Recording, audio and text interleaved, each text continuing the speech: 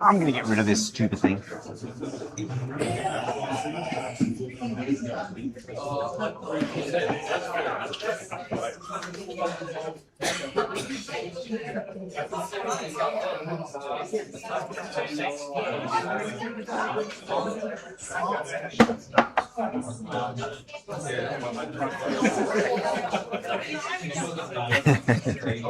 Here you are. The roving spoon. This is what you have to use. I love this so much. I love it.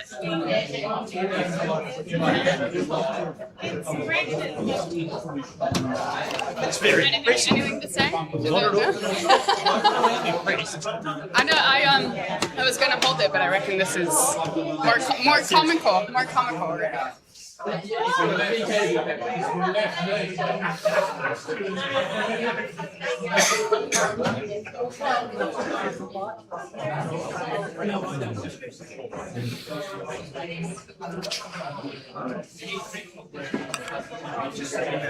Microphones will pick you up at all times. Some people forget that they've got like you might think, oh, I'm standing here and I'm standing there, but it will pick you up all the time. They're both always active. So if I go to the toilet now, that could be a problem. Yes. So you want to take it off. And leave it. And this is how people online. Yes. I think we'll be recorded forever. And if I'm too loud or if I'm talking into it too much, can you just I guess so. The first 2 minutes to make sure it's I just feel like I'm doing karaoke when I have a handheld mic. And I always forget to use it.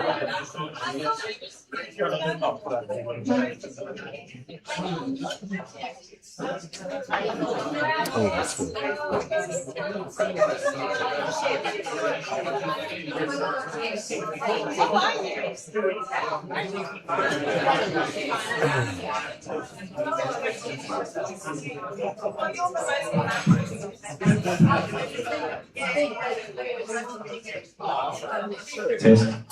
Hello. Your trip looked amazing. I know. When did you get back? A while ago. But what was that fair? It's been a blur for me. It's fabulous. Thanks for doing this. I wasn't sure who was doing it. I'm not sure who's doing it either. You want to have a crack?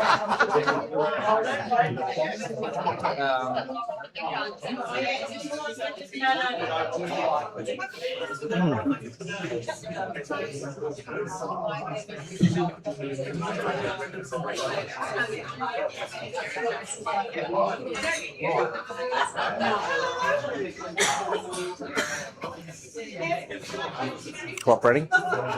So does this project, or is it just for online? That's for online, so you need both. So I really have to take it off the spoon. That's so funny. The trouble is you'd have to go close to somebody. Oh, Okay.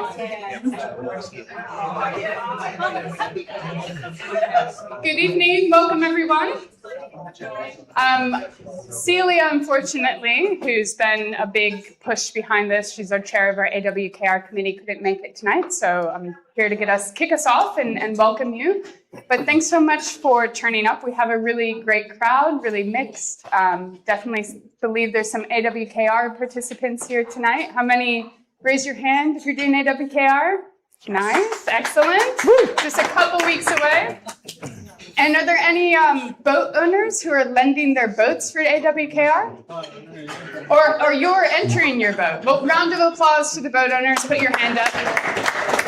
We really appreciate it. We couldn't do it without and competitors that own their boats. We love, boat owners who are entering their boats as well. It's going to be a great event. We have 35 boats entered this year so far. So it's going to be really competitive, including, I believe, 9 S80s. So I think there'll be a bit of match racing going on.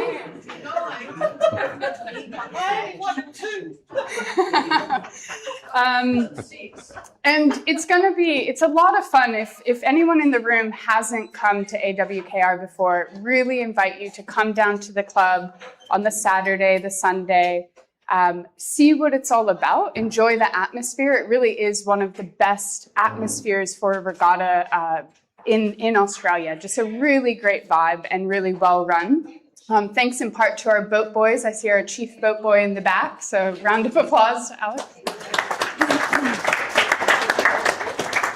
So tonight, we're really lucky to have Darren Eager with us. Darren is a national judge. He's a member of the Victorian Racing Rules Committee and the National Racing Rules Committee.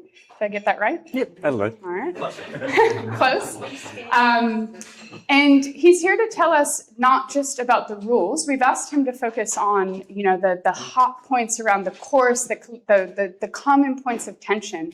But really one of the things that came out to me when I was talking to Darren is it comes down to strategy. What is your fastest way to get around the course? And sometimes that is not just arguing about the rules, but thinking ahead and being able to figure out where there are going to be tensions and avoiding those. So I hope some of that comes out tonight. And we invite you to ask questions as we go. So if Darren is talking about something and you want to dig in or you want to give an example, please just pop your hand up and ask a question. I think we'll come around with the mic, however, because we do have some of our folks joining online. So those 35 boats that are entered for AWKR, they're coming from everywhere. We have crews from Darwin, Sydney, Tasmania, South Australia. It's really a national regatta. And New Zealand as well. Let's not forget New Zealand. And hopefully some of those are online tonight. So put your hand up. We'll give you a mic so that they can hear you as well. And without further ado, I'll hand over to Darren. Please turn your phones on. Thanks, Jolene. I don't do karaoke really well, so if my mic etiquette kind of lacks a little bit of polish, I apologise in advance. Although a good friend of mine, Alistair Murray, said never start a presentation with an apology. It's just not cool. And I've just done it. So sorry, Al. Jolene, you forgot the most important part when introducing me. I'm just a sailor. I just muck about in boats because it's an awful lot of fun. Funnily enough, my judging career actually started here at Royal Melbourne. For those of you who haven't seen me around the club for a while, I actually am a member here, believe it or not. And I was saying to Richard, I was so impressed with the new development and the new members bar area. It's come up fantastically since I was here last. So it's a credit to the club. So awesome. As Jolene said, tonight is not a deep dive into the rules per se. I wanted to just really cover some of the fundamental principles underpinning the rules, go into some of the hot spots that you're likely to encounter. But I'd strongly encourage you, because what typically happens with these nights is you've got ideas or questions in your mind, or you've had scenarios that have popped out on the race course that you might want to just, run by somebody. And these are the kinds of nights to bounce those things around, okay? And have some fun with it. The aim for tonight is we're going to aim to wrap by 8, which doesn't mean, relax, I'm not going to talk for an hour, all right? I'm going to be encouraging you all to ask questions as we go through.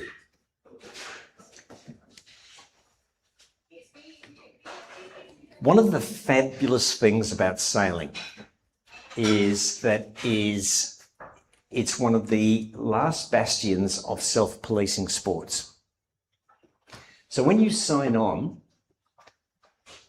and you cross the start line, you're actually signing a contract every single time you race, which is that you're going to sail according to the rules of sailing, right? So you're going to sail by the rules, but you'll also take responsibility for enforcing those rules. And sometimes at a club level particularly, that's a really hard one to get across, because you think, I'm not too sure if I want to actually protest one of my friends.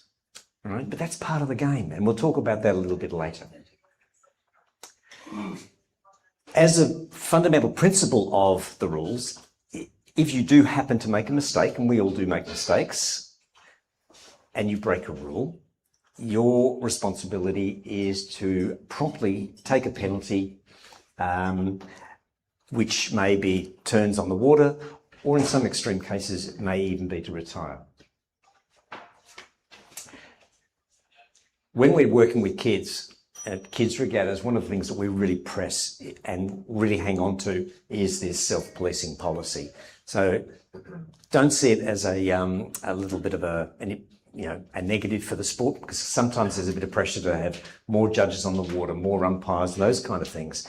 But there are a lot of judges of the same mindset that I have, which is no. That's what makes this sport special, because we're there to back you up. So by the time you come to judges, or you come to protest committees, or you come to a jury room, right, we're there to back up the sailors. Right? We are not the umpires. For those of you who do want to do a bit more of a deep dive into the rules of sailing, I'll just draw your attention to where to go to find that information. The Australian Sailing website has a section just on rules and rule resources. For those of you who haven't been there before, that's where you'll find the infamous Blue Book. I'm not sure how we're going to continue the legacy of the Blue Book, given that in the old days it used to actually be blue. It was a book you would get every 4 years. We still call it the Blue Book, but I reckon there's a whole generation of young sailors coming through who have no idea why we call it the Blue Book. The rules are international, but going to the Australian Sailing website gives you not just the rules of sailing, but it also gives you the Australian prescriptions. And that's where you'll find all that information related to safety and special things that apply here in Australia. There's also a really cool website, some of you may know it, some of you may not, called the Racing Rules of Sailing. And it is think of it like a bit of an online forum. It's got a lot of rules type resources, and people actually will go there and they'll post a rules type question, and people from all around the world, a lot of judges and umpires, will actually be on that and will answer your questions. And that's a really good website to go and have a look forward to. It is just called the Racing Rules of Sailing. The other one, the book that I've mentioned, I'm not sure if I've got it with me.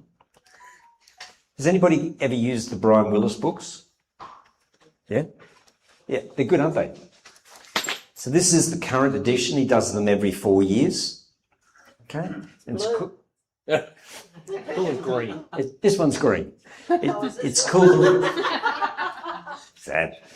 It's called the Rules in Practice. And what it does is it breaks down the rules not just by, like the Blue Book giving you the set of rules.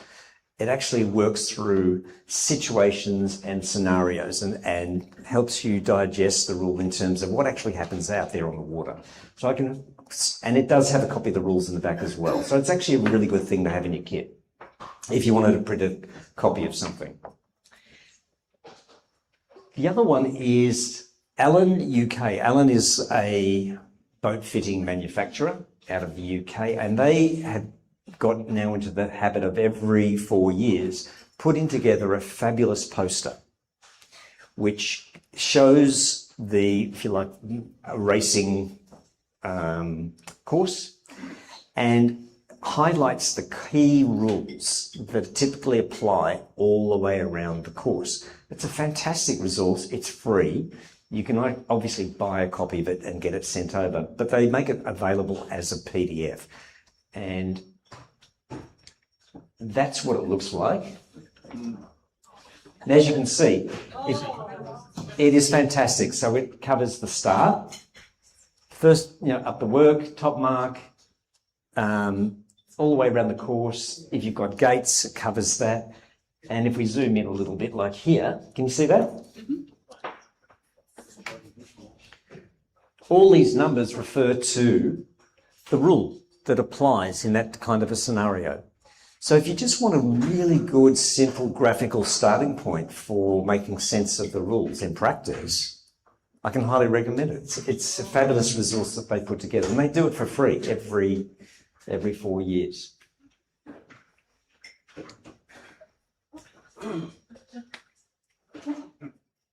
Some of you may have seen this diagram.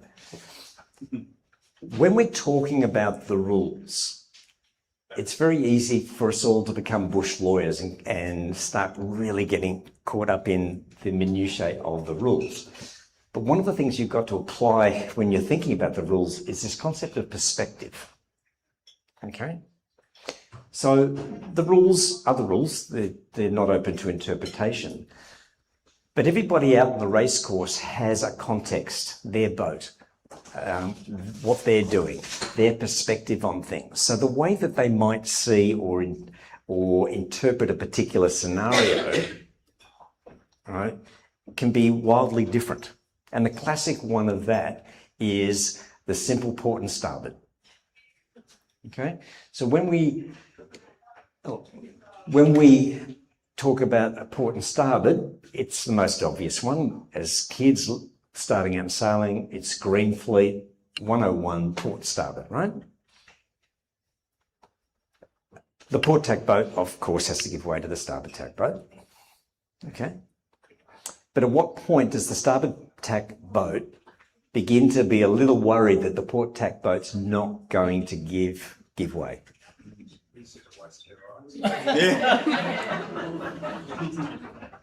Exactly. So I'm a gun sailor, right? And I know I can just trim a hair's width off somebody's rudder as I pass their transom.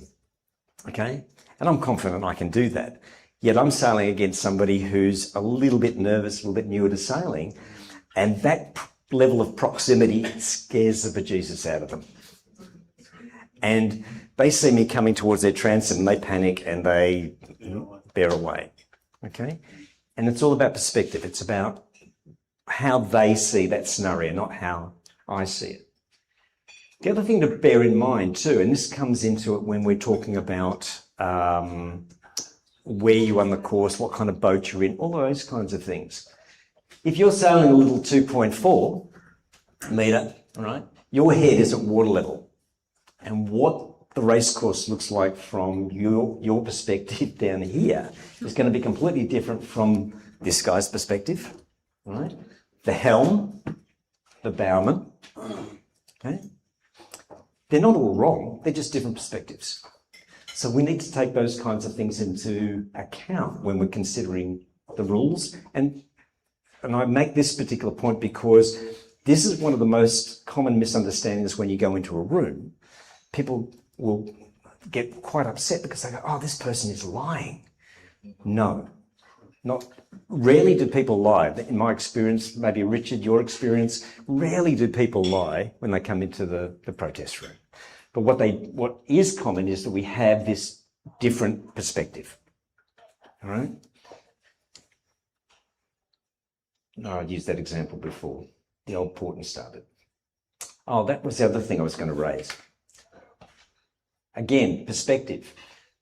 We talk about the rules, we're out on the water, yet quite often in theoretical discussions about the rules, what are we doing? We're taking this beautiful kind of bird's eye view of scenarios, right? We're looking down, we're looking at these wonderful little magnetic boats in a protest room, or we're looking in Brian Willis' book, but we're nearly always looking down on a situation, right?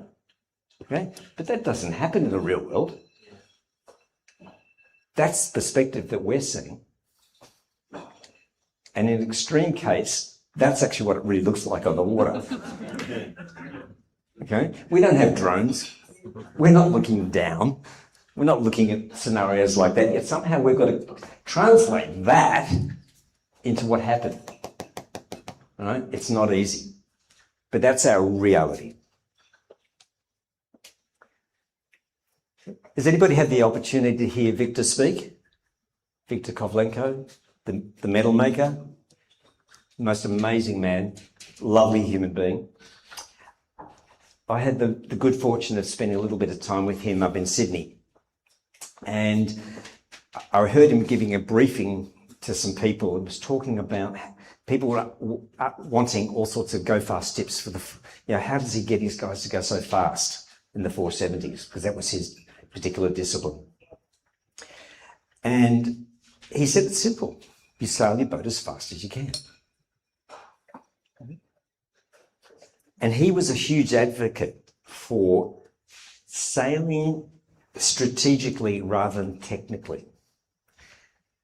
A lot of the time when we encounter people talking about the rules and getting really caught up in the rules, they start getting very hung up on the technicality and the application of the rules and trying to interpret the phrasing of a particular rule. But out on the water, the fastest way to sail your boat, the fastest way to get around the course is to be strategic.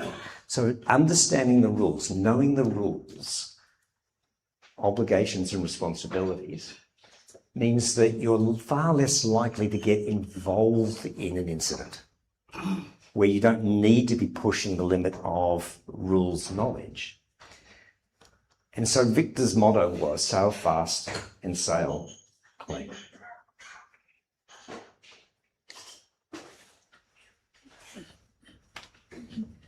When I was talking to Jolene about talking tonight, she impressed upon me that probably the most important rule that we needed to get across was Rule 14, which is paradoxically the rule I nearly always lead with. And it's the most important rule because Rule 14, as you all know, is about avoiding contact. Right? But what most of us as sailors in yacht clubs don't realise is that there's actually a higher authority, as it were. There's actually a set of rules for all vessels at sea. They're called commonly the coal regs, or their proper name is actually the International Regulations for Preventing Collisions at Sea. And they're the rules of the road. And that doesn't matter whether you're a huge commercial ship, you're a naval ship, or you're a little sailing optimist. We're all bound by these rules. However, if we just stuck with those rules, we couldn't race because those rules are designed to avoid collisions. They're designed to keep boats apart. And hang on, we want to jump on a race course and we want to be racing, close to each other. And so the coal regs don't work for us. So we have a subset of the coal regs or a subset of the rules, which is our racing rules, international racing rules of sailing. And they permit us, when we're racing, to sail in much closer proximity than the coal regs would permit. Does anybody do any keelboat racing at night time or anything like that? Yeah. Do you know that at night time in particular, even though we have the racing rules of sailing, it's the coal regs that are even more important than the racing rules, making sure that you don't hit anybody. The key thing to remember about Rule 14, and this is if you learn nothing tonight or remember nothing tonight, is this last point. All boats are obliged to do everything possible to avoid making contact with another boat, even when you are the right-of-way boat. That's the most difficult one as a judge that I encounter when somebody brings a protest into the room. And it's a legitimate protest. The other boat did the wrong thing and there was contact between the boats. Yet we have to find against the boat that brought the protest because they missed this point. They didn't do enough themselves to avoid the contact. Yes, they were the right-of-way boat, and yes, the other boat should have kept clear of them. All right? But as soon as it was evident that that boat wasn't keeping clear, their obligation, we talk about rights and obligations, their obligation is to avoid contact. And that's a burden or an obligation that we all carry. There shall be no contact. If there is contact, right, as a judge, I want to know how many boats were in the wrong, not just which one, but how many, because it could be that there's more than one. Does that all make sense? Now, as Jolene said, we want to encourage questions all the way through this. So if anything doesn't make sense, put up your hand like that wonderful gentleman at the back. For you. For a reason. When do racing rules come into play? So, hold there. When do racing rules come into play? So the question is, when do the racing rules come into play? Is it 5 minutes while we're in sequence? If the other divisions are in sequence yet I'm not in sequence, am I following racing rules, or is it once we've all crossed the start line? Okay, so the question is, do the racing rules apply when the boats go into sequence. What do you think is the answer? Sorry? So what happens before that? What happens if a boat breaks a rule before the start, on the way up to the start line? What if there's a collision between two boats sailing out to the starting area? Set of rules. But it's when do you go into that tighter set of rules? Yeah. So the correct answer there is yes. Once the sequence kicks in, the rules switch on. Having said that, Rule 14 is one of those rules, for example, that is nearly in operation all of the time.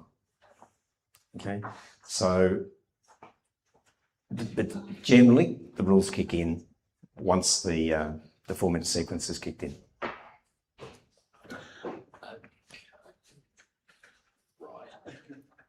Sounds like a question coming. Sorry. And then the second, Rule 14, again paraphrasing, Rule 14 more or less mirrors the Culver's. Okay, it sort of stays muddled. So the question is, when does the race committee get involved? So, sailing up to the course, a collision occurs because of breach of Culver's. When does the race committee get involved in that? The easy answer to the question is the race committee doesn't actually get involved. It's the boats involved that get involved. And they might involve the race committee by one boat lodging a protest against the other. Now, a good example of that one would be if the boats are going out to start, there was an accident between two boats and one of the boats got holed and couldn't make a start. Okay. Now, neither boat would get penalised because you can't be penalised before the start. However, that boat could be found to have broken 14 and then be eligible for redress, so, because of the damage, because of the action of the other boat breaking the rule on the way out to the start.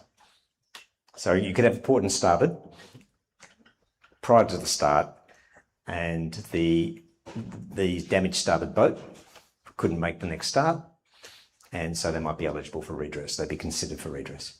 Okay, thank you. Make sense? Yep. Yep, cool.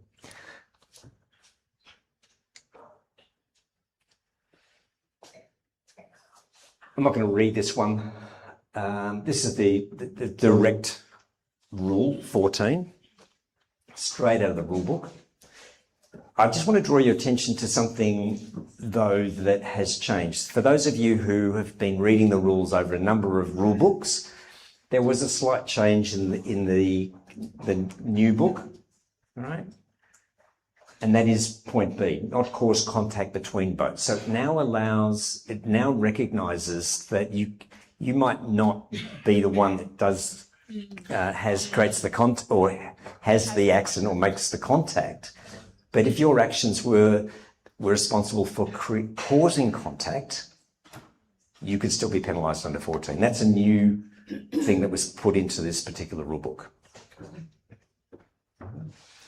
The other key thing about 14, if you are the right-of-way boat, all right, remember I talked about rights and obligations. You're the right-of-way boat, so the other boat must keep clear of you, correct? Yep.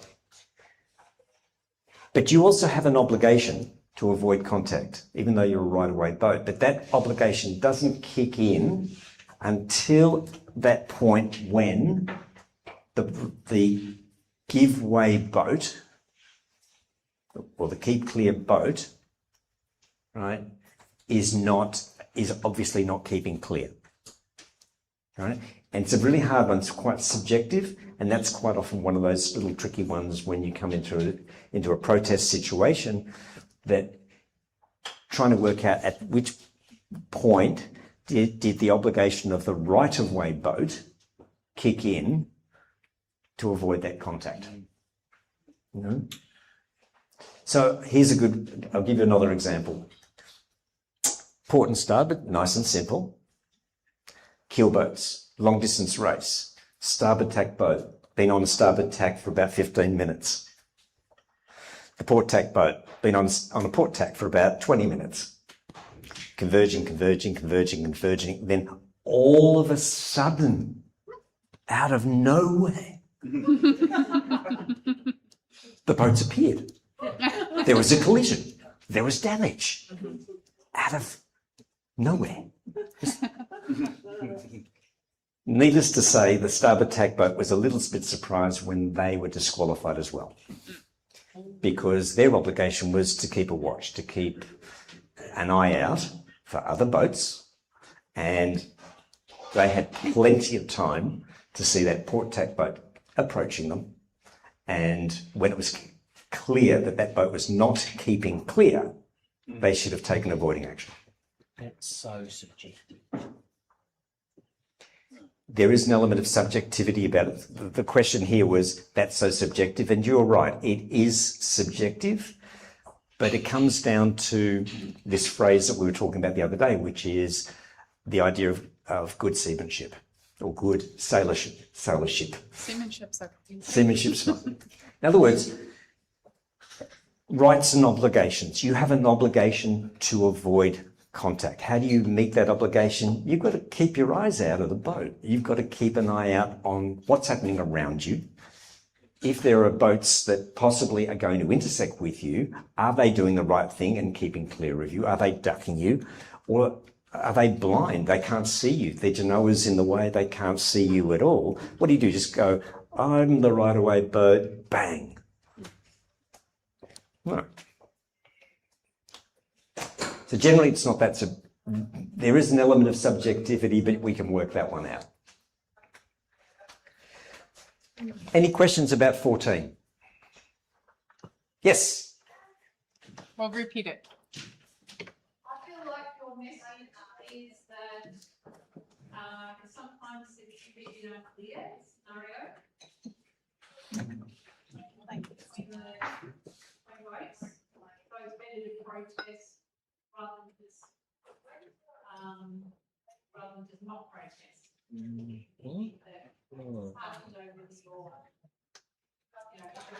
Okay, so the question is, sometimes it can be a little unclear and you're better off to protest if you're not sure.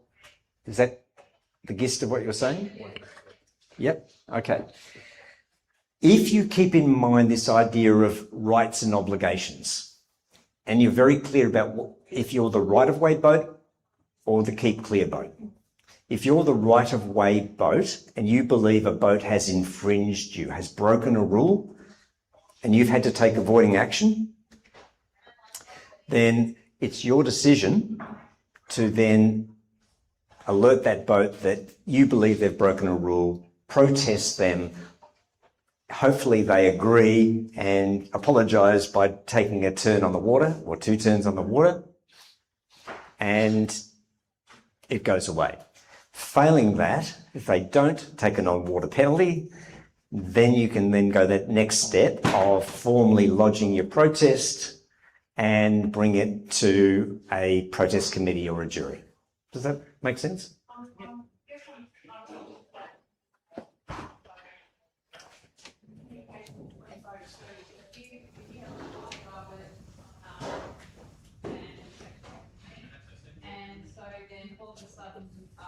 So I'm on board, and all of a sudden, the boat that's on this tack on the starboard is like 1 foot away from my bow, so I can't swim. But I'm on board, they're on starboard, they're in the starboard on us, and so anyway. Okay, so that question is, there's actually 2 parts to it. So you've got 2 boats that were on port.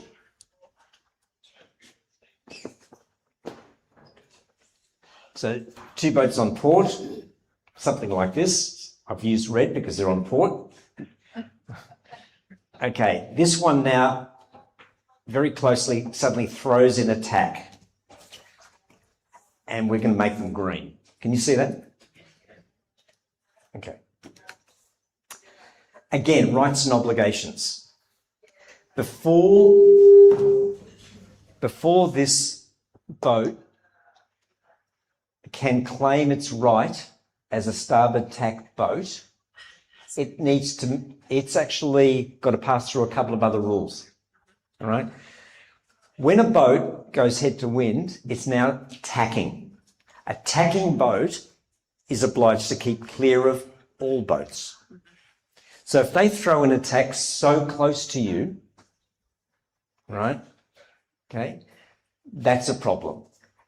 If they then become a starboard tack boat, which means they've acquired the right of way, right, their obligation is to initially give you sufficient room to keep clear.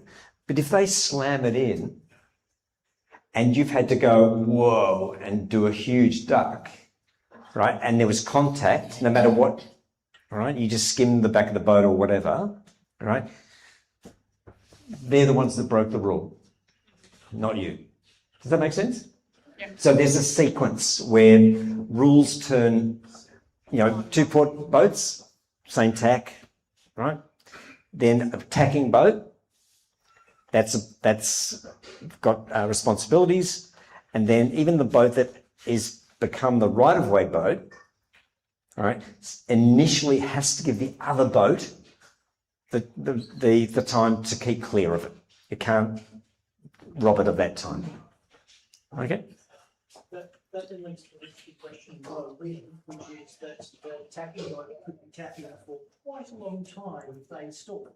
What happens if the boat stalls us tacking? Yes. This is where the working it through the scenario. So the question was, what if the tacking boat does a really lousy tack, stalls, that's when it can get a little bit messy. But generally, again, the port tack boat, seeing another boat that's very close to it suddenly alter course, should already be thinking in advance, okay, something's happening here. What is my plan? What do I need to be thinking about doing? It was a port tack boat. It's clearly going through a tack. It's going to end up being a starboard tack boat. So what should I be doing now? Right? And this is the key message from Victor. All right? Being strategic is about thinking ahead. Right?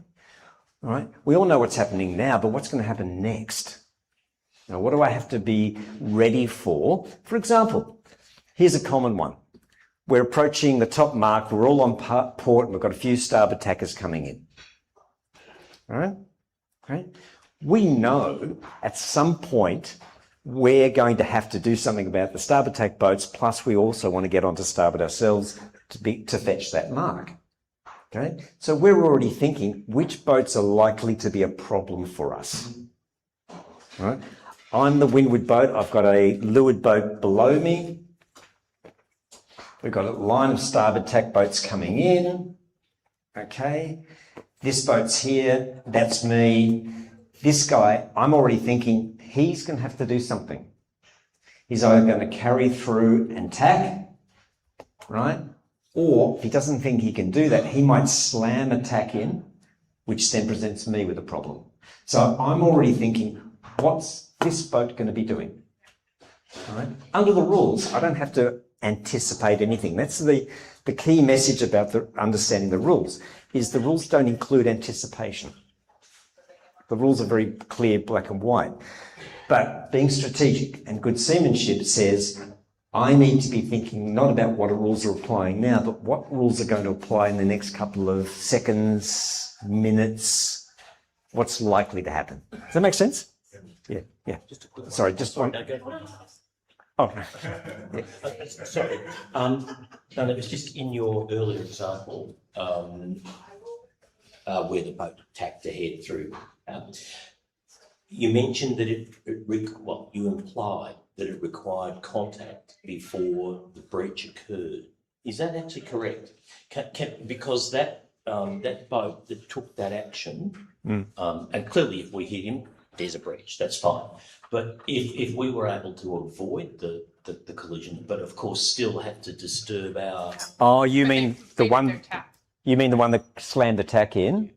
No, sorry, earlier than that, it was where we were both on the port tack and then the boat ahead tacked on the starboard ahead. Yes, and you had to avoid it. And you sort of implied at that point that it required a collision to enliven the breach. But does that... Yeah, sorry.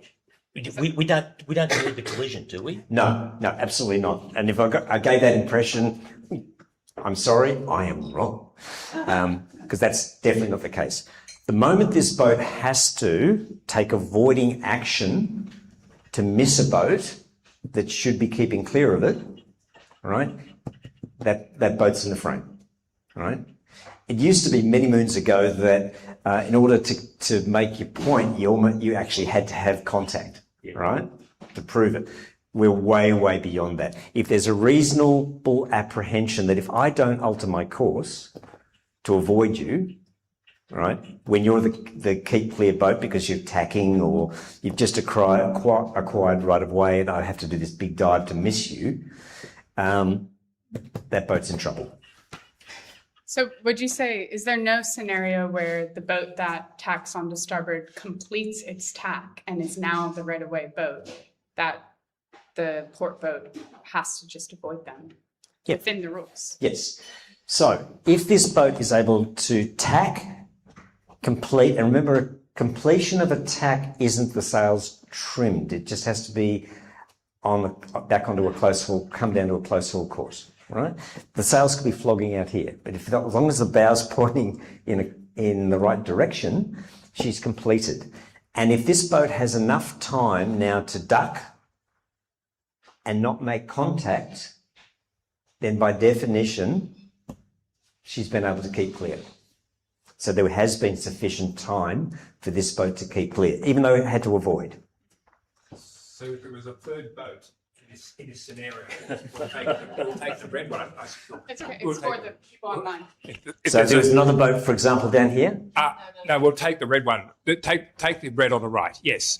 Okay, so if there's a third boat out there, the green boat is the one that's in peril right there. It had to crash tack to avoid collision, hence, right? And we'll say, for instance, the mark is up there on your left-hand side or maybe a little further down. Yeah, okay. So there's no way that our green boat, port tack boat, crash tack, round she goes to avoid a collision, misses the mark, and where do we end up? So so this boat avoids this one. Yeah, that's crash tack. Yeah, that's it. This one ducks down to avoid this one. Tacks out, tacks away, not drives away, tacks away. Yeah. That's it. To avoid a collision. Yeah. And the marker is basically parallel to the nose of the boats. So where do we stand there? Yeah, that's time to keep clear. Oh, What's the problem? That's your problem. That's bad luck. bad luck. Okay. The lesson learned is it's dangerous coming in on a port approach. And that's the peril of the port approach. Yes. I just want to add, Darren, because I've heard you before, one of the key takeaways for me was that remembering that if you're not sailing one design, different boats have different abilities, speeds, ability to be Not just speed, when but they can manoeuvrability. tack. If you're a 38-foot, Sydney, and you've got a J24, they can totally right in front of you. Yeah, good point. I'd like to think that I actually included that. So for those of you who didn't hear, the rules of sailing, to be able to be an international set of rules that we can use, makes a fundamental assumption that people often miss, and that is it assumes that the boats involved are the same. All right? That they're all lasers or they're all okay dinghies or whatever's, okay? We have to then use our good judgment and seamanship to apply the rules to our mixed keelboat sailing.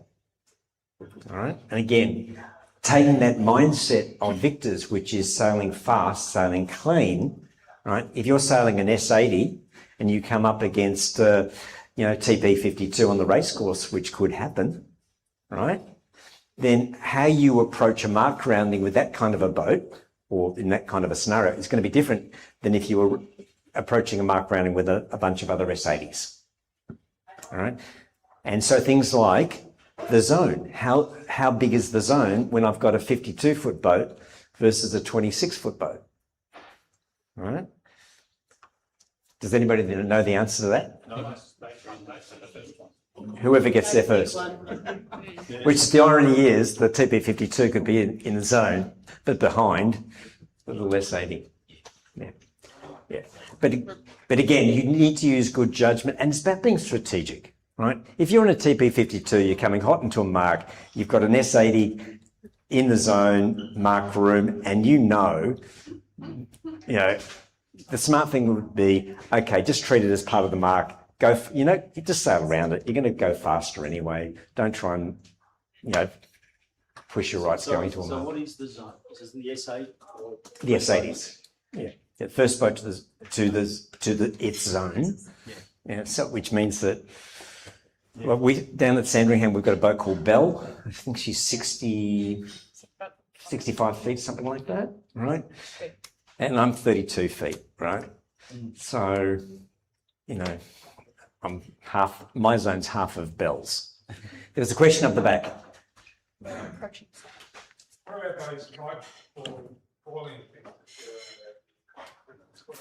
Oh, foiling?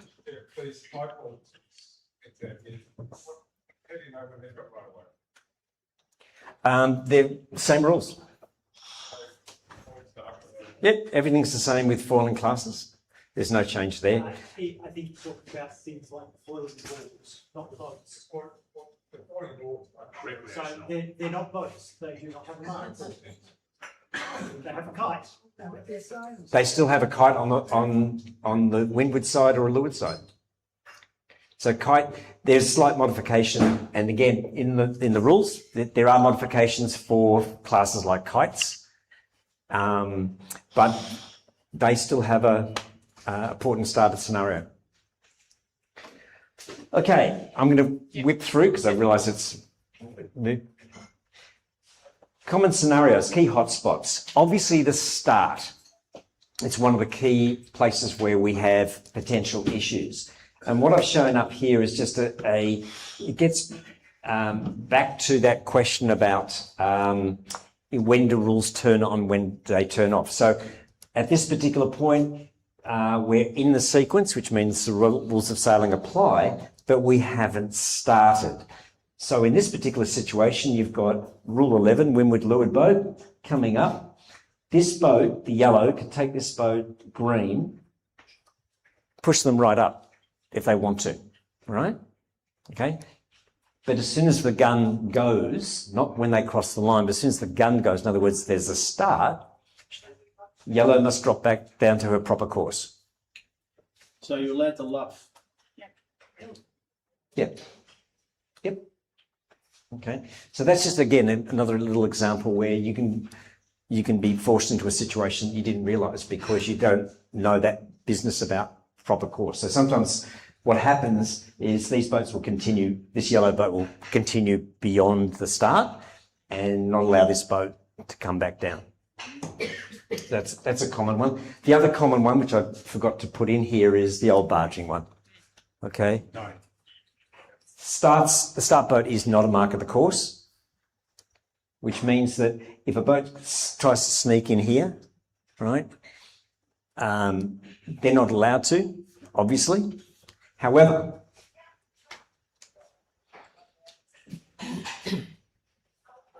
and the committee boat isn't an obstruction, by the way. That's another one that sometimes people throw up. It's an obstruction, so you've got to let me in. It's not. The windward boat must bail early. Right? There's no excuse for it to be able to go in there, and you must, enforce your rights to push that boat out. However, you also must meet your obligation for there not to be any contact.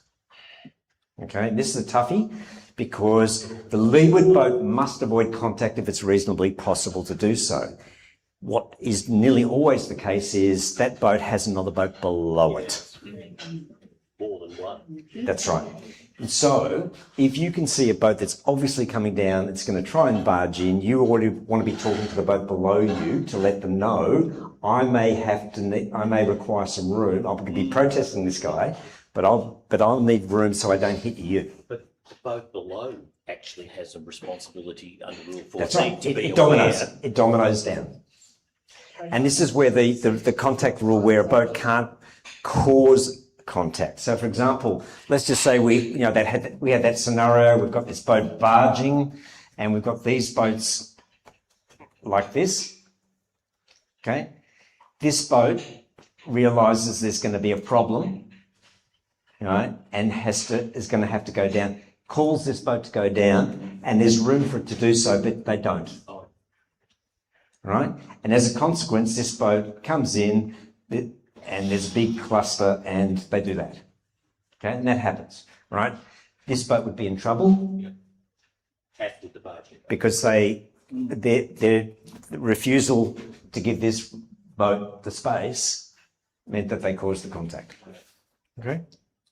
That's But what if the other boat can't see the boat closest to the committee boat? Communication. Yeah. So the question is, what if the other boat can't see? This is where you... Or hear the other boat. Yeah. Yeah. Again, Usually very generally close. you need to be communicating with the boats above and below you, all right? And it's quite common that the boat below you won't see what's going on, but you've got to tell them, all right? And you're better off to yell, tell them what's going on, and if need be, sort it out in a protest later on. But the main thing is avoid the contact. David. If the sailing instructions happen to define space between, say, our H mark, which is like an extension of the tower, and the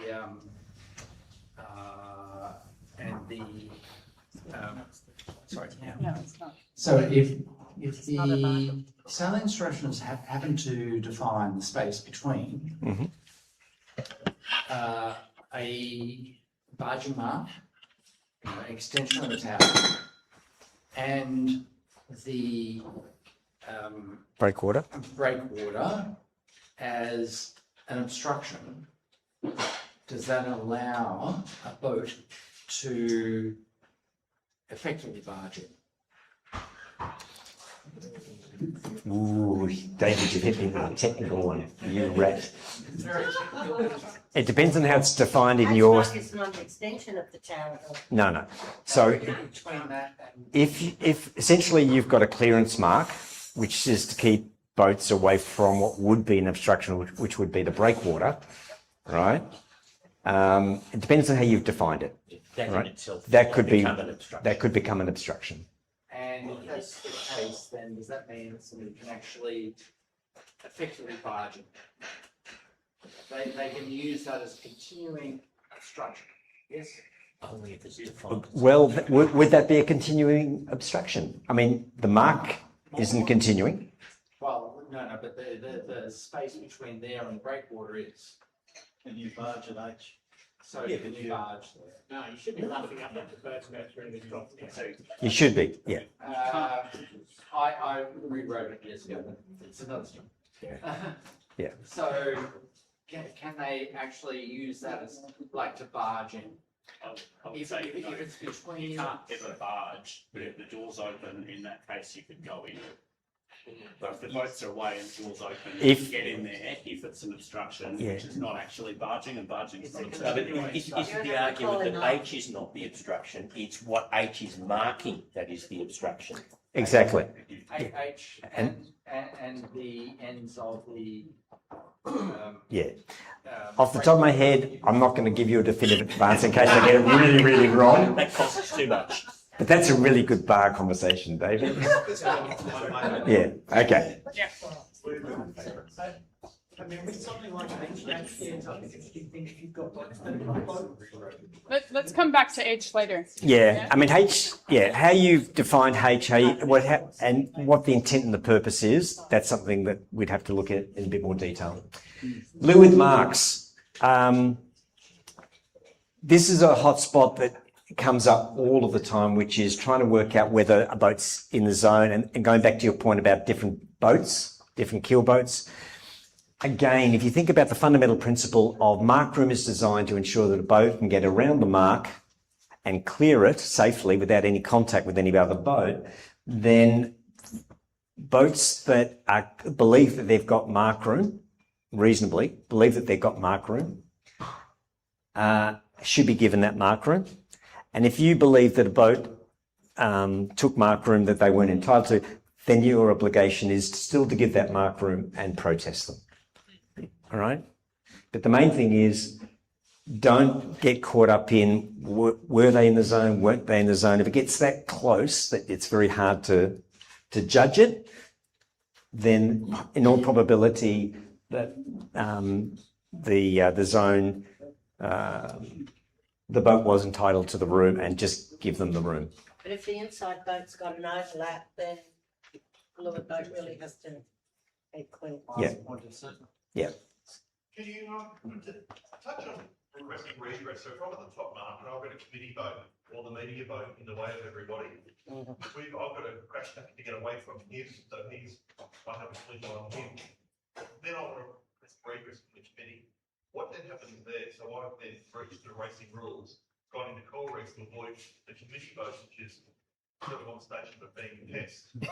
What do we do? So that's then obviously cost me a place. Yep. Okay. So the question is, there's a committee boat or a media boat at the top mark, and it's in the way, and you had to take action to avoid it. Are you eligible to be considered for redress? And the short answer to that, which is, of course, yes. Okay. Whether you would meet the criteria for redress would then be put to the test in the protest room. And remember that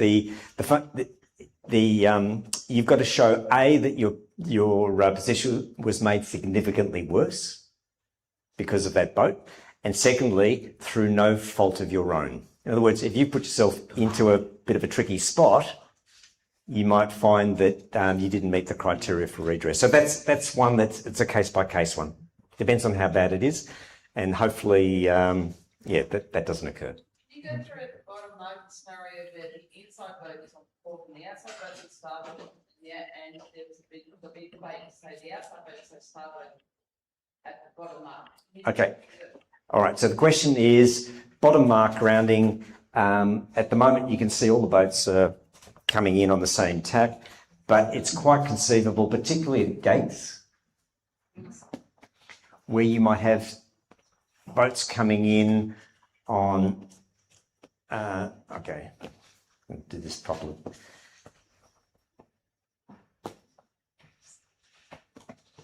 You might have boats coming in this way, and you'll have one boat coming in this way, for example. Okay? So we've got a port tack boat and starboard tackers coming in. Clearly they're all overlapped, right? Okay, before the zone, port must give way to starboard, right? However, if this port tack boat hits the zone first, okay, that boat's entitled to mark room, even though it's on. No, it's the port boat. Yeah. Wrong colour. Yeah. We see the wind. We see the wind. He's colourblind. Because her proper course is to drive around that mark and take off.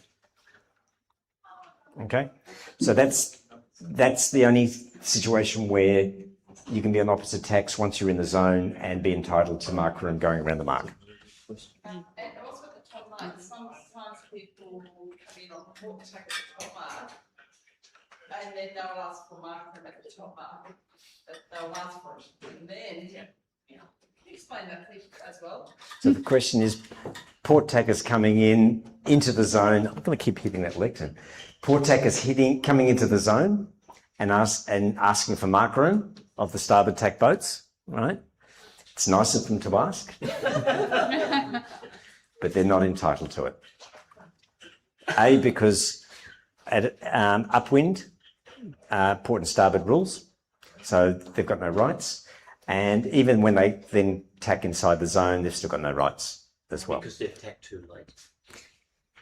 Yeah. So why is it tacking inside the zone a problem? Because it's too late. It's too late, yeah. So I'll complicate things. Bottom line, keep it simple. If you're coming in on port, Just don't do it. you can do it, but you've just got to accept the fact that you're going to play dodgem cars. Yes. Right? You've got to find gaps to either tack onto the lay, or find a gap through and tack above. And if you tack above and you find that you've got boats below you that were fetching the mark, you've still got to keep giving the mark room. Yeah. Okay. We've kind of covered this one, which is, when You're fine. when the boats are an obstruction to you. So give boats that you've got to give way to can be an obstruction, and so you've got to take some action there. Finishing line.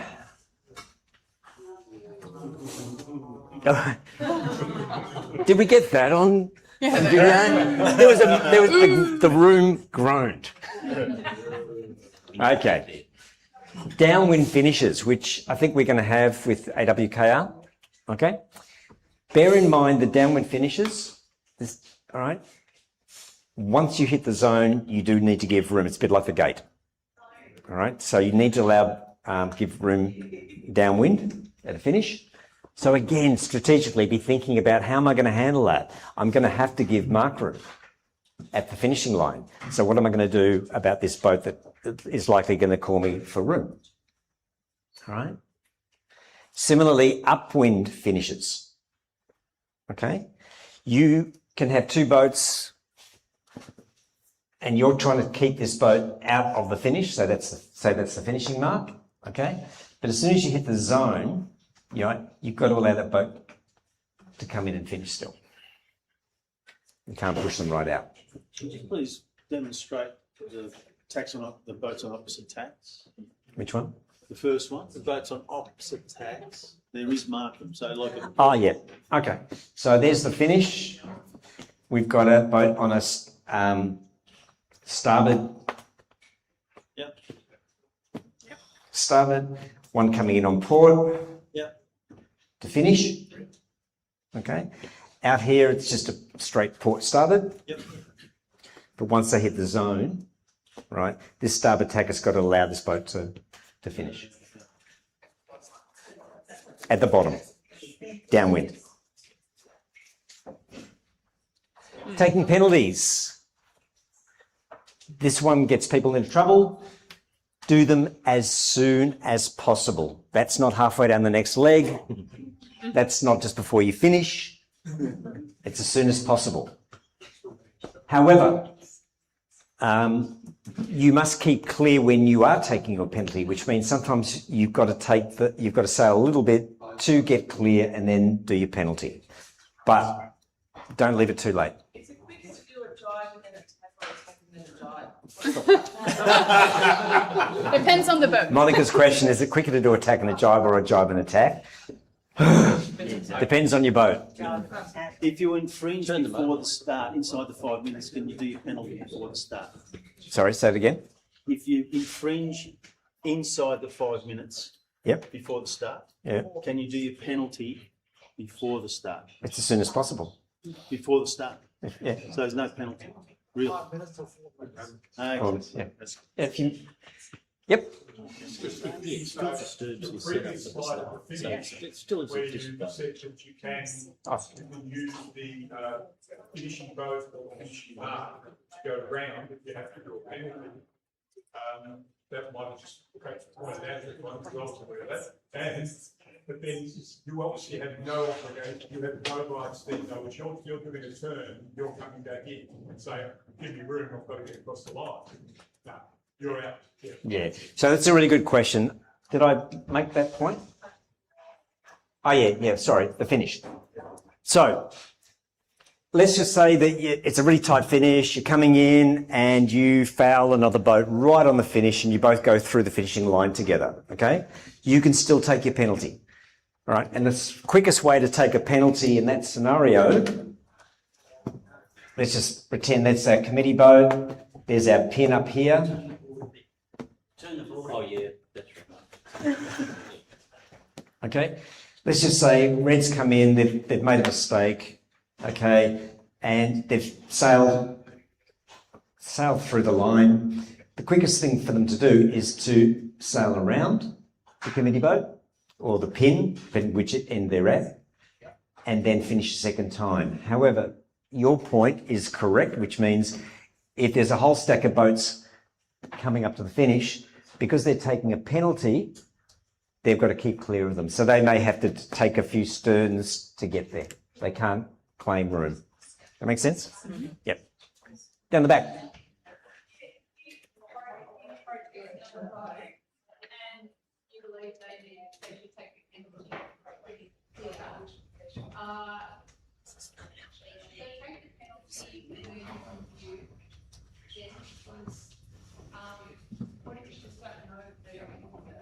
So the question is, if you've called protest on somebody and you didn't see them take the penalty, right? Again, if you didn't see them take the penalty, proceed, put in the paperwork, and if there's arbitration, and we'll talk about that really quickly, the question would be then asked of the boat you were protesting, did you take an on-water penalty? And if they describe it and said what they did, even though you didn't see it, then that would be accepted as yes, they did take their penalty, and it would be case closed.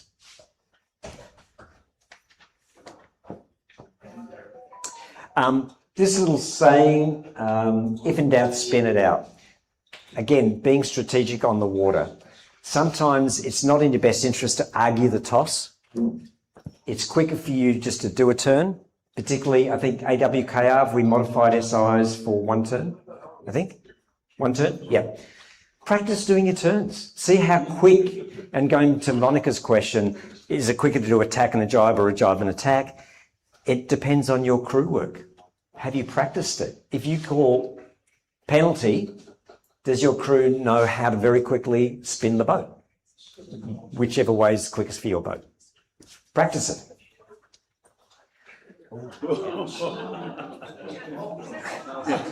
Sometimes it does go pear-shaped. This is the jury's worst nightmare, by the way. When somebody brings this into the room and says, "Can you please sort this out?" We do get it. I just want to finish off on a couple of... Sorry? What do you do? Tie your shoelaces and walk away. No, you try and sort it out as best you can. I just want to finish off by very quickly touching on protesting. Protesting is part of the game. It's a self-policing sport. If you don't protest on the boat at some point in your sailing career, the question would be, why not? And if you are not comfortable being protested and handling that, again, the question is, why not? It's part of the game. Don't be afraid of it. And just because it's your best friend, on the water, they're your worst enemy. All right? It's just part of the game. Don't get all bent out of shape about it. All right? It's not personal. And that's why we say boats protest boats, not people.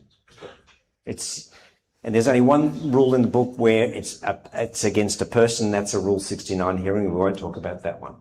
What about honesty? Honesty. Well, that's a Rule 2. Yeah. Okay. We accept the fact that most people don't have experiences with protests. So if you find yourself in front of a protest committee, a good committee will nearly always ask you, have you been in a protest before? And if you answer truthfully, no, I haven't, then a good committee will also then step you through it. Do not be afraid of your protest committee. They are your peers. They're there to help you sort out something that you couldn't sort out on the water. There's two parts to a protest, and this is one that people make a mistake on. Think of it like a switch, validity. In order for a protest to get up and be heard, it has to flick the switch of validity. It has to be meet the criteria that it's a valid protest, which means it's in writing, it's submitted in time, that you hailed protest on the water and flew your flag as in a reasonable period of time. By the way, a reasonable period of time is not half an hour later when you finally find it in the locker up in the bow, when you thought it was in the, the aft locker. If you said, it took us about 30 seconds to get the protest flag up, chances are that's not going to be a valid protest. Because if you go racing and you don't have your protest flag already pinned on the backstay, taped up, ready to go, you weren't ready to race. We won't accept that as a valid protest. So, step number 1, is it valid? If it's valid, yes, we go into hearing. If it's not valid, it doesn't get heard. And that upsets people. Yep. Sorry, you say you just don't have to wave your flag, you actually have to have it mounted on it. It's got to be clearly visible, right? And taking time to go and find it is not really acceptable. It's got to be in a place where you can get it, whether it's in a bag, in the cockpit or whatever it is. As long as, protest, flag. That's part of getting ready to go racing. Steps.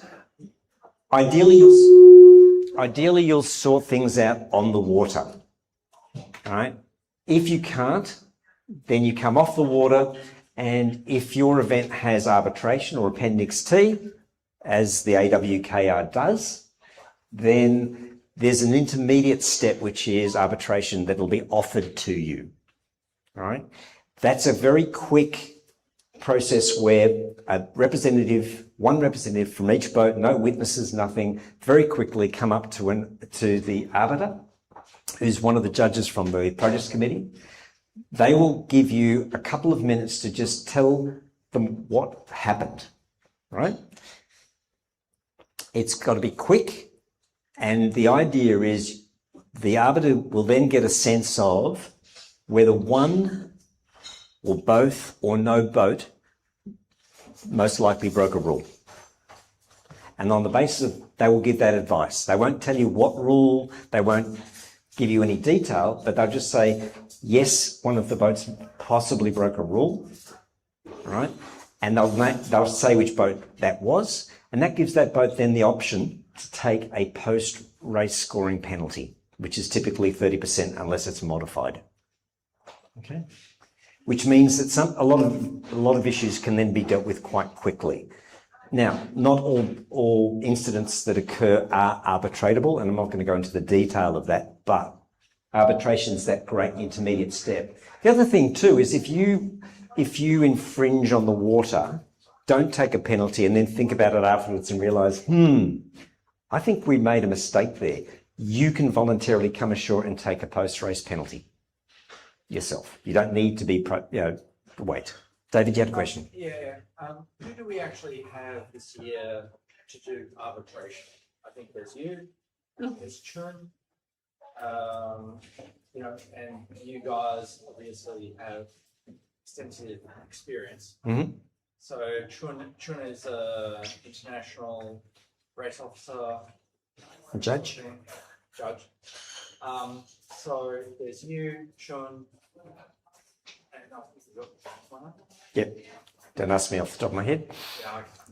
Yeah. Anyway, we do have really, really well experienced race officers who are there to do. Yep. So the AWKR this year, I'm going to be on board again, helping out where I can. And I will be available throughout the event, as will be the other judges, to answer any questions that you have. All right. After the end of protest time, we're more than happy to talk about scenarios and that kind of stuff. We will also be the face that you come and look for to do an arbitration. You mentioned 30%. 30% of what? 30% on top of your place. So if you got this word, I always screw this bit up. Come in 9. Yeah. 9 go. That's 30% of course. It finishes at 12. Not on time? No. Yeah. Choose on 30% it finishes. Oh, the finishes, yes. Yeah, so if you've got 27 votes, you'll get ninth place.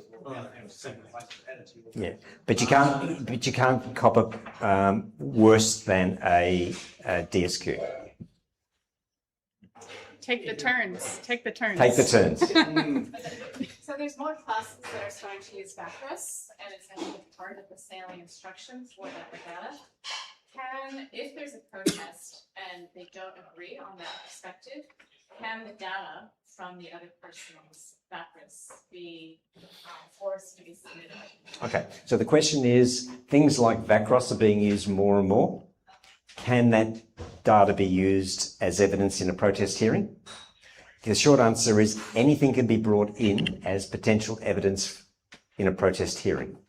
It's up to the protest committee or the jury to weigh that information and decide whether or not they will accept it or weight it according to the veracity of it, etc., etc. So yes, you can bring it in, whether we use it or whether we think it's applicable. Because sometimes, for example, people bring in GPS tracks, and whilst it's interesting, it's not definitive enough for us to actually prove a particular point. So it might not be weighted very heavily. Similarly, video evidence, people will bring in video evidence that might show which boats were in that area, but it doesn't actually show distances and that kind of stuff. So it's about weighting that evidence. So, but feel free to bring it in, discuss it. We may decide, no, we're not going to use it. Do you ever put that in the notice of rates, that sort of thing? Generally, when there's things like VACROS being used, they'll make some statement about it being used in protest hearings. Last point about arbitration: if it gets too complicated in that very quick exchange, it'll get automatically referred to a full hearing. If you end up in a protest, right? Try and keep things clear and simple. People get complicated and they trip themselves up. All right? We're trying to work out what most likely happened out there. All right? So don't get too complicated, too convoluted. We're doing our best effort to try and work out what most likely occurred, not what actually occurred. And sometimes we get it wrong because of the evidence that's presented or the way it was presented that caused some doubts in our mind. And we try to get it right, but we might not always get it right. And that's just that's the luck of the draw. Okay? It's not a fait accompli that you go into a protest and you're going to win it. The other thing, that if you get the opportunity, ask to jump onto a panel and come and see how they run. It's a hoot. It's fantastic. It's better than watching Netflix, isn't it, Richard? Okay, let's wrap this up because I've gone over time and I apologise for that. I can apologise at the end, but not the start, according to Alistair. We play games. Sailing is a game. We do it for fun. It is a game. Okay, so don't get bent out of shape. We also make mistakes on the race course. We have the opportunity to rectify those errors. That's the whole point of the protesting process. We also learn from those mistakes. If something occurs on the water, come off. Have a conversation with your peers. Have a conversation with somebody else. There's plenty of people in this club. David, people like, and Monica, people in the club who've got great rules knowledge, rules experience. They'll happily sit down with some boats. Or most often what does happen is salt and pepper shakers at the table over a beer and some chips. And just run through the scenario, all right? And you'll learn something. Bottom line, race fair, race hard, race safe, and be strategic about your sailing and don't get caught up on the minutiae of application of the rules. Sailing faster always wins. Thank you.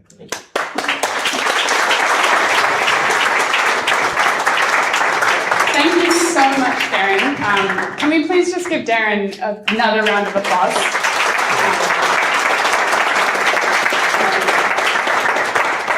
Those for Darren. Well, here's my rally boy. Thank you. Darren's here volunteering his time tonight. He's giving up the evening. Wine still available? Just And we really available tonight. Great. Thank you. That's lovely. And thank you to all of you for coming tonight. Thanks for your questions, for the engagement. I think that's what makes the night so great, bringing those real life examples and experiences on the water.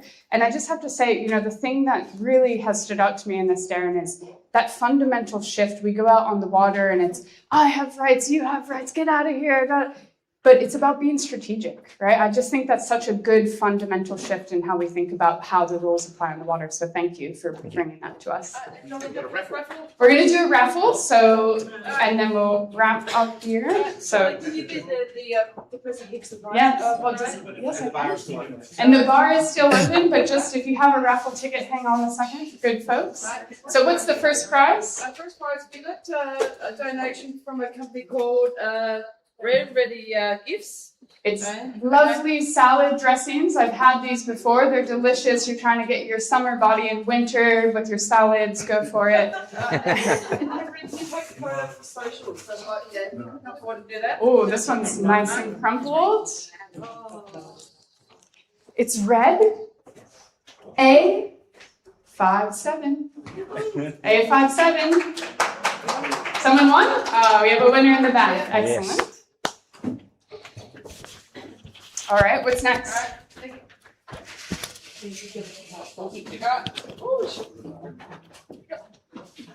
What's the next prize? Okay, bag.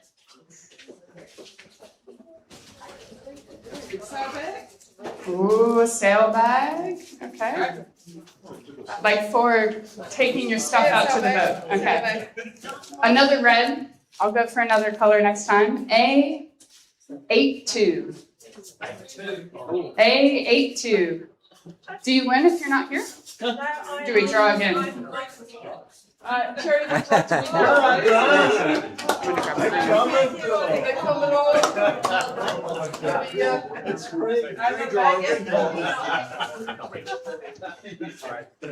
Okay, another bag. B90. Bravo 90. Look at our nines, they're pretty much. Oh wait, let me. Oh no, that's our stakes that way. Yeah. Thanks, Henry. There we go. We got a winner. Is there a few more prizes? My goodness. Watch. We've got a Ron Stand watch. Ron Stand watch is getting your starts. A99. Alpha 99. Got a winner. Another watch. Who wants another watch? Should we go another watch? Yep, another watch.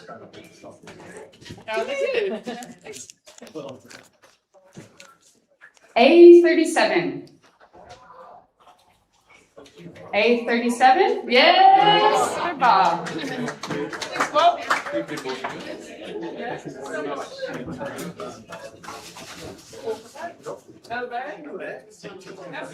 Another bag for all of your stuff. We know that everyone brings too much stuff out onto the boat.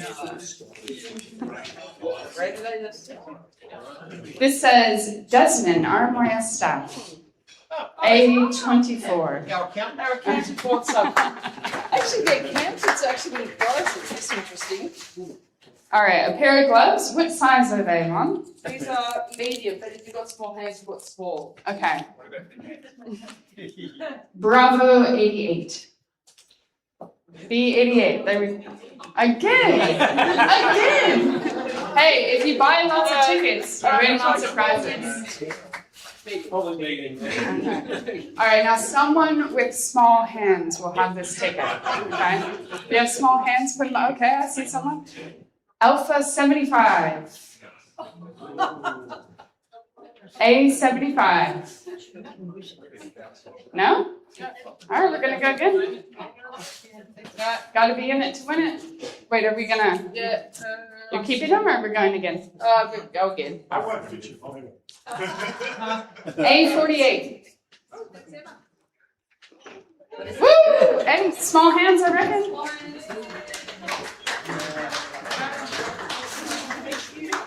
This is the raffle for AWKR. Is this the last one? Oh, 2 hats. Okay. With a clip and everything. How good. A93. Oh, yes. Close to cherry. Yay, we have a winner. Excellent. Okay, and last prize. Is that the last prize? Yeah. Another hat. A56. Another winner in the back. Thank you guys. Thanks everyone for coming. Feel free to stay, have a final drink before the bar closes. Let's chat about rules in the bar. Let's discuss some scenarios, and we'll see you out in the water.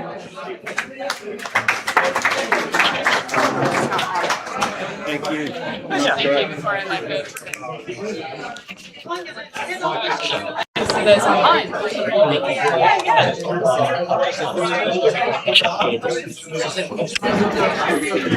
Just to whoever signed in. Yeah. Have we finished this? Thank you. We really have. I'm going to let Henry do that because it's still.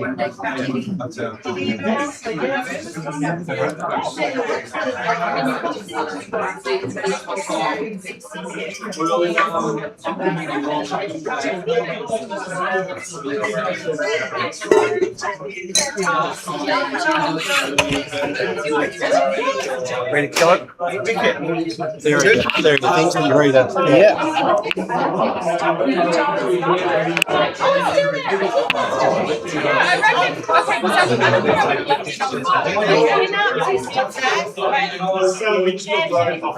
They want us to take that any other way.